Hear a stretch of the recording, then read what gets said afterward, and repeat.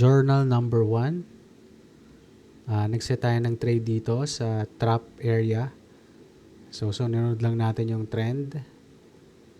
So, currently, wala naman support na pwedeng banggaan. So, sinet ko lang as dito yung area kung saan yung target price natin. So, pababa lang siya. So, sinusunod ko pa rin. Basta clear. Siguro yan, basta clear. Tapos yun, kung mag-aano dito sa trap area, ito yung trap area. No?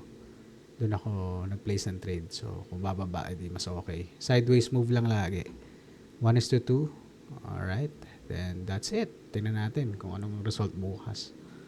Another trade for February 18, 2025. Lalagay ko dito yung aking area of buying. So, ito yan. Kasi downtrend naman siya. No, downtrend siya and sinubukan niyang pumanik. Pero nagsa-sideways. Yung sideways move lagi. So, dito ko nilagay kasi baka dito tamaan tong area na to bago bumaba. So, tingnan natin. Clear naman so far yung nasa right side niya. Parang all-time low pa nga halos sa 1 minute chart. So, tingnan natin kung tatamaan to bukas. Kung hindi, okay lang. So, maglalagay ulit tayo ng 1:2 na area. So, tingnan natin. 1:2. Okay. Lagay natin. So, laging $2. Taasan natin para konti na lang kasi ang capital natin eh. Hindi na abot.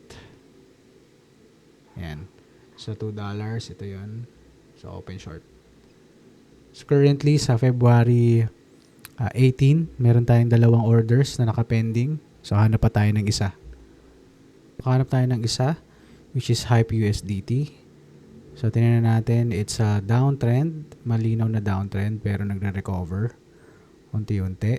So, fresh pa naman siya from the breakout. Malapit pa siya. Kaka-breakout lang. So, nag-abang tayo ng limit order. Mag-aabang tayo ng limit order dito. Sa trap area na to. Ito yung trap area. Yan yung trap area natin. Yan. Yan. So, kung tama dyan, bukas tingnan natin kung anong mangyayari. Para naman, you know what I mean? Tingnan natin. So, place tayo ng order. Let's go. 24. Tingnan natin kung magkano pa yung pera natin. Wala na tayong capital eh. Okay. Wala na yata talaga. So, short. Tignan natin. Sagad ko nga ito. Wala na talaga, chong. Yun na yung pinakamalala. Ito na. Ayan. So, dito, naglagay tayo. Ilagay natin to. Kasi possible yan eh. Dahil malakas eh, oh. Malakas yung sa palagay ko. So, tingnan lang natin bukas kung anong resulta ng trade.